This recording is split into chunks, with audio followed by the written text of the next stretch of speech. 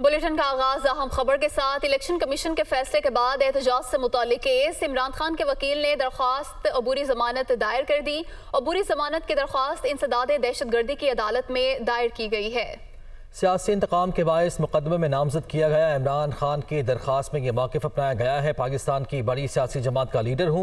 इमरान खान ने दरख्वास्त में यह भी कहा है, मुझ पर इंसदाद दहशतगर्दी का मुकदमा बनाया गया जिसका मैं मुर्तकब नहीं हूँ। इमरान खान की जानिब से जमानत की दरख्वास्त दायर की गई। तफसीलात जान लेते हैं, हमारे नुमाइंदे हसीब मलिक हमारे साथ मौजूद हैं। हसीब, आगाह कीजिएगा, इस दरख्वास्त में मजीद क्या मौक़िफ़ अपनाया गया है? जी बिल्कुल, ये इलेक्शन कमीशन के फैसले के बाद एहतजाज और कार्य सरकार में मुदाखलत के मुकदमा दर्ज किया गया था थाना संजानी में, जिसके ऊपर आज साबिक वज़ीर-ए-आज़म इमरान खान के जो वकील हैं नईम हैदर पंजोथा, उनकी जानिब से जमानत की दरख्वास्त दायर की गई है। और दरख्वास्त में मौक़िफ़ अख्तियार किया गया है कि सियासी इंतकाम के बायस मुकदमे में नामजद किया गया है। पाकिस्तान की बड़ी सियासी जमात का लीडर हूँ, मुझ पर इंसदाद दहशतगर्दी का मुकदमा बनाया गया है जिसमें मुर्तकिब नहीं हूँ। ये दरख्वास्त दायर की गई है और दरख्वास्त के अंदर इस्तदा की गई है कि इंसदाद दहशतगर्दी अदालत जमानत कन्फर्म होने से पहले जमानत कब्ल गिरफ्तारी की जो दरख्वास्त है उसको मंजूर करे। ये नईम हैदर पंजोथा जो कि साबिक वज़ीर-ए-आज़म इमरान खान के वकील हैं, उनकी जानिब से ये दरख्वास्त दायर की गई है। इससे कबल इंसदाद दहशतगर्दी अदालत के जो जज थे राशिद जवाद अब्बास हसन, उनकी जानिब से इमरान खान की मुसलसल अदम हाजिरी के बायस जमानत की दरख्वास्त को मुस्तरद कर दिया गया था, जिसके बाद इमरान खान की जानिब से लाहौर की हाई कोर्ट से रुजू किया गया था और हिफाजती जमानत हासिल की गई थी। आज मुमकिन तौर पर साबिक वज़ीर-ए-आज़म इमरान खान की इस्लामाबाद पेशी मुमकिन है कि वो पेश हो, तो उसमें आज उनकी जानिब से ये दरख्वास्त दायर की गई है। बिल्कुल ठीक है हसीब, शुक्रिया, आपने आगाह किया। पंजाब और खैबर पख्तूनख्वा इलेक्शन एज खुद नोटिस के सुप्रीम कोर्ट में समाअत जारी है। चीफ जस्टिस उमर अता बंदियाल की सरबराही में 5 रुकनी लार्जर बेंच ये समाअत कर रहा है। जो अदालत में लिखवाया जाता है वो अदालती हुक्मनामा नहीं होता। चीफ जस्टिस की जानिब से ये रिमार्क्स दिए गए। जब जजेस दस्तखत कर दें तो वो हुक्मनामा होता है। चीफ जस्टिस की जानिब से ये भी कहा गया, सदर और गवर्नर इस मामले में काबीना के एडवाइस के पाबंद हैं। जस्टिस जमाल मंदुखिल की जानिब से रिमार्क्स दिए गए, क्या इलेक्शन की तारीख और सदर और गवर्नर अपने तौर पर दे सकते हैं? जस्टिस जमाल मंदुखिल की जानिब से इस्तफसार किया गया, निगरान हुकूमत की तैनाती और इलेक्शन की तारीख पर गवर्नर किसी एडवाइस के पाबंद नहीं। चीफ जस्टिस की जानिब से रिमार्क्स भी दिए गए, जहां सवाबदीदी इख्तियार हो वहां किसी एडवाइस की जरूरत नहीं होती। जस्टिस मोहम्मद अली मजहर की जानिब से कहा गया, असम्बली तहलील का नोटिफिकेशन कौन करेगा? चीफ जस्टिस ने इस्तफसार किया, पंजाब असम्बली तहलील का नोटिफिकेशन सेक्रेटरी कानून ने जारी किया है। आबिद जुबैरी की जानिब से यह अदालत में जवाब दिया गया। आर्टिकल 48 कहता है कि सदर का हर अमल और इकदाम हुकूमत के सिफारिश पर होगा। जस्टिस जमाल की जानिब से ये रिमार्क्स दिए गए। जस्टिस जमाल मंदुखिल की जानिब से इस्तफसार किया गया, क्या मौजूदा या साबका हुकूमत इंतखाबात के ऐलान का कहेगी? इलेक्शन की तारीख देना एडवाइस पर होगा। चीफ जस्टिस के रिमार्क्स। जबकि आबिद जुबैरी की जानिब से कहा गया कि आइन में असम्बली के तहलील के 4 तरीके बताए गए हैं। जस्टिस मुनीब की जानिब से रिमार्क्स दिए गए कि निगरान हुकूमत तो 7 रोज बाद बनती है, आइन के मुख्तलिफ शिकों की आपस में हम आहंगी होना जरूरी है।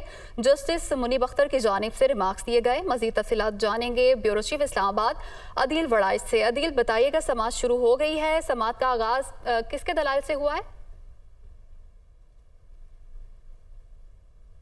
हाँ जी, समाअत शुरू हो चुकी है और इस वक्त जो मोअज़्ज़ज़ जज साहिबान हैं उनका मुकालमा जो है वो इस वक्त इस्लामाबाद हाई कोर्ट बार के वकील जो कि सदर भी हैं सुप्रीम कोर्ट बार के, उनसे हो रहा है। और इसमें जो जस्टिस जमाल खान मंदुखेल हैं उनकी जानिब से रिमार्क सामने आए हैं कि आर्टिकल 48 कहता है कि सदर का हर अमल और इक़दाम हुकूमत की सिफारिश पर होगा। उन्होंने कहा कि आया मौजूदा हुकूमत या साबका हुकूमत इंतखाब के ऐलान का कहेगी? चीफ जस्टिस ने रिमार्क्स दिए हैं कि इसके मुताबिक इलेक्शन की तारीख देना जो है वो एडवाइस होगा। और जिस पर आबिद जुबैरी ने कहा है कि आइन में असम्बली की तहलील के 4 तरीके बताए गए हैं, तो उन्होंने उन 4 तरीक़ों से मुतल्लिक अदालत को आगाह किया है। और इसके अलावा जो जस्टिस मुनीब हैं उन्होंने ये कहा है कि आइन की मुख्तलिफ शिकों की आपस में हम आहंगी होना ज़रूरी है। जस्टिस मोहम्मद अली मजहर की जानिब से कहा गया है कि पंजाब के केस में वजारत कानून ने नोटिफिकेशन जारी किया था गवर्नर ने नहीं किया था। तो वो उन आइनी शिकों का जायज़ा लिया जा रहा है, जिसमें देखा जा रहा है कि किस सिनेरियो में असम्बली तहलील हो तो उसमें किसकी रिस्पॉन्सिबिलिटी बनती है। और इस वक्त इस्लामाबाद हाई कोर्ट बार जो कि इसमें दरख्वास्त गुजार भी हैं इस केस में, उनके वकील जो हैं वो इस वक्त रोस्ट्रम पर मौजूद हैं, उनसे बात हो रही है। इससे कबल अटॉर्नी जनरल कुछ देर के लिए रोस्ट्रम पर आए, उन्होंने अदालत को बताया कि वो दलाइल देने के लिए तैयार हैं, लेकिन उन्होंने एक एतराज़ उठाया कि अदालत में जो हुक्मनामा लिखवाया जाता है और उसके बाद जो जारी किया जाता है उसमें फ़र्क होता है। तो चीफ़ जस्टिस ने इस बात को क्लैरिफाई किया कि जो हुक्मनामा होता है वो तभी बनता है जब जज साहिबान के उस पर दस्तखत होते हैं। गुज़िश्ता रोज़ जस्टिस अतर मिनुल्लाह की जानिब से भी जो इख्तिलाफी नोट सामने आया उसमें भी ये तमाम चीज़ें जो थी जिन पर एतराज़ात थे वो इसी नोयत के सामने आए। लेकिन आज जब अटॉर्नी जनरल ने इस पर एतराज़ किया तो उसके बाद चीफ जस्टिस ने इस सारी सूरत हाल पर वजाहत जो है वो दे दी। इस वक्त आमिर सईद अब्बासी मौजूद हैं हमारे साथ, इनसे बात करते हैं। आमिर, इस वक्त जो समात है उसमें जो इस्लामाबाद बार जो इसमें बुनियादी तौर पे दरख्वास्त गुजार भी थे इस मोटो की इस प्रोसीडिंग में, कुछ दरख्वास्तें भी चूँकि थी मौजूद, तो इस वक्त क्या सूरत हाल है समात की? आपको मामलात कहाँ जाते दिखाई दे रहे हैं? देखिए, सुप्रीम कोर्ट ऑफ पाकिस्तान में इस वक्त समाअत जारी है आज खुद नोटिस केस की, और साथ में उन आइनी दरख्वास्तों की भी जो पहले दायर की गई थी कि पंजाब और खैबर पख्तूनख्वा में इंतखाबात की तारीख का ऐलान किया जाए और अदालत उसमें हुक्म दे। ये आइनी दरख्वास्त दायर की गई थी Islamabad high court bar association की तरफ से, और उसके वकील आबिद ज़ुबैरी जब रोस्टम पर आए तो अदालत ने उन्हें दलाइल शुरू करने का कहा, तो अटॉर्नी जनरल की तरफ से एतराज़ किया गया कि आबिद ज़ुबैरी नुमाइंदगी कर रहे हैं Islamabad high court bar association की, तो उनको ऑर्डर में अदालत ने सदर सुप्रीम कोर्ट बार एसोसिएशन लिखा। तो इस पर अदालत ने अटॉर्नी जनरल का जो एतराज़ था उसको मुस्तरद कर दिया और ये कहा कि अदालत ने अगर ऑर्डर में कोई अगर कमी कोताही थी तो उसको दुरुस्त किया जा सकता है, लेकिन अदालत क्योंकि एहतराम करती है सुप्रीम कोर्ट बार एसोसिएशन का एज़ इदारा, तो लिहाजा हम किसी भी तरीके से इस एहतराम में और इस जो उनका जो इज़्ज़त और तकरीम है उसमें कमी नहीं आने देंगे। और इस मौके पर आबिद ज़ुबैरी ने कहा कि मैं ना सिर्फ Islamabad high court bar association की नुमाइंदगी करूँगा बल्कि बतौर सदर सुप्रीम कोर्ट बार एसोसिएशन भी अपने दलाइल दूंगा। उसके बाद अदालत ने अटॉर्नी जनरल को कहा कि इसके बाद आप अपने दलाइल शुरू कीजिएगा, पहले Islamabad high court bar association के। आज आपको लगता है कि ये प्रोसीडिंग ज़्यादा तवील चलेगी, आज का दिन भर इसमें लगेगा, क्योंकि अभी फ्रीकैन तो काफ़ी हैं, PDM जमातों को नोटिस जारी हुए हैं, इलेक्शन कमीशन ने आना है, अटॉर्नी जनरल ने आना है। अगरचे फारूक एच नाइक ने कल कहा था कि वो ज़्यादा वक्त नहीं लेंगे, मुख्तसर दलाइल देंगे, तो आज का दिन ये फैसला कुन मरहले में ये केस जाता आपको दिखाई दे रहा है? जी बिल्कुल, जो अदालत की पेस है और जो रफ्तार है वो ये बताती है कि आज इस मुकदमे की समाअत मुकम्मल हो जाएगी, क्योंकि जब आबिद ज़ुबैरी अभी दलाइल भी दे रहे हैं तो आबिद ज़ुबैरी जब अगर उसको ड्रैग करने की भी कोशिश करें या उसमें तफसील में जाने की कोशिश करें तो चीफ़ जस्टिस बार बार उनको ये कह रहे हैं कि आप मुख्तसर रखें, नेक्स्ट स्टेप के ऊपर आएँ, नेक्स्ट आर्टिकल के ऊपर आएँ, अगले आइन के शिक के ऊपर आएँ और जल्द से जल्द अपने दलाइल मुकम्मल करें। लिहाजा आबिद ज़ुबैरी से बुनियादी तौर पर जो बेंच है वो बार बार ये सवाल कर रहा है कि गवर्नर का किरदार क्या है, क्या गवर्नर अस खुद कोई काम कर सकते हैं या उनकी तमाम तर जो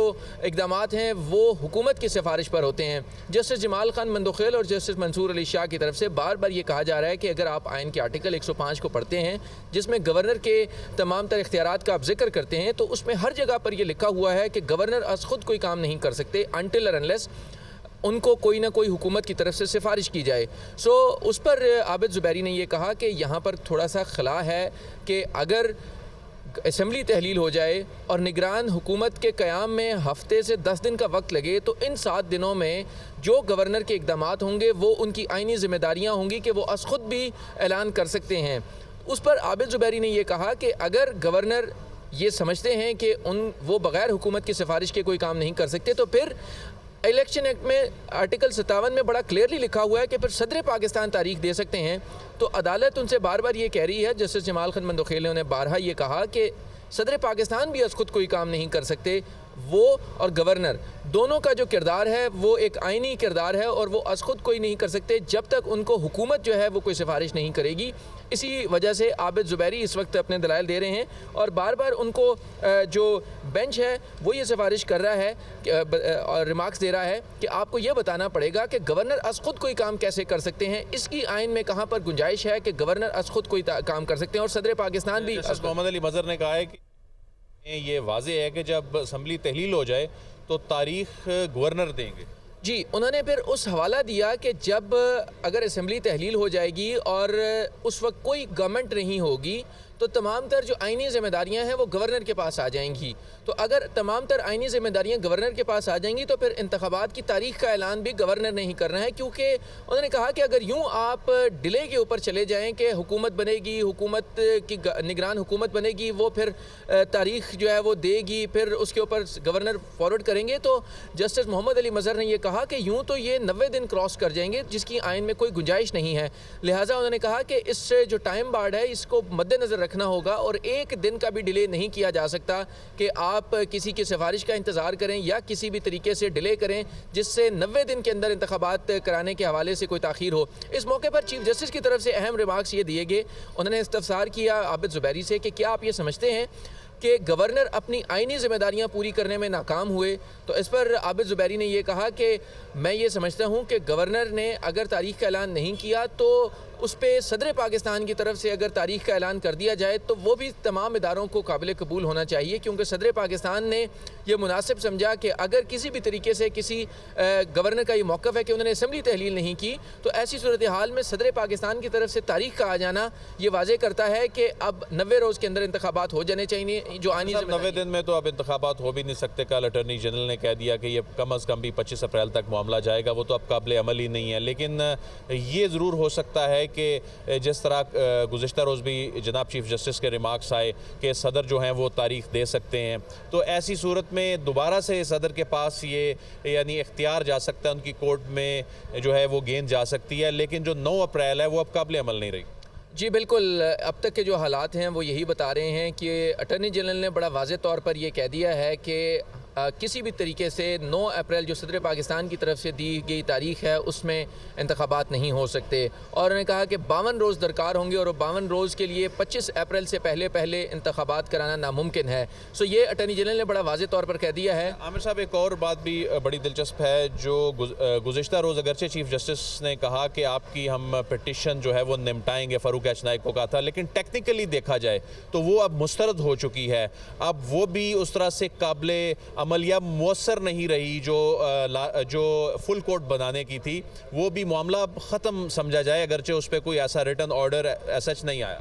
जी बिल्कुल, उस पर अदालत ने बड़ा वाज़े तौर पर कह दिया कि हम आपको सुनकर निपटा देंगे। सो इसका मतलब ये है कि वो ऑटोमेटिकली इन्फ्रेक्शस हो गई है, जिसको हम कहते हैं कि गैर मुअस्सर हो गई है। सो अब नामुमकिन है कि उसके ऊपर कोई फुल कोर्ट बेंच बनाया जाए, क्योंकि अब जिस तरह बेंच ये केस सुन रहा है और बड़ा एक आप कह लें कि बहुत तवज्जो के साथ और तमाम मेरिट्स डीमेरिट्स सारी चीज़ों को अब ये बेंच सुन रहा है। इसमें एक फ़रीक के आर्गूमेंट्स भी मुकम्मल हो चुके हैं जो स्पीकर की नुमाइंदगी कर रहे थे बैरिस्टर अली ज़फ़र, और दूसरे जो फरीक हैं जिसमें Islamabad high court bar association है वो भी अब से कुछ देर के बाद अपने दलाइल मुकम्मल कर लेगी। उसके बाद अटर्नी जनरल ने दलाइल देने हैं।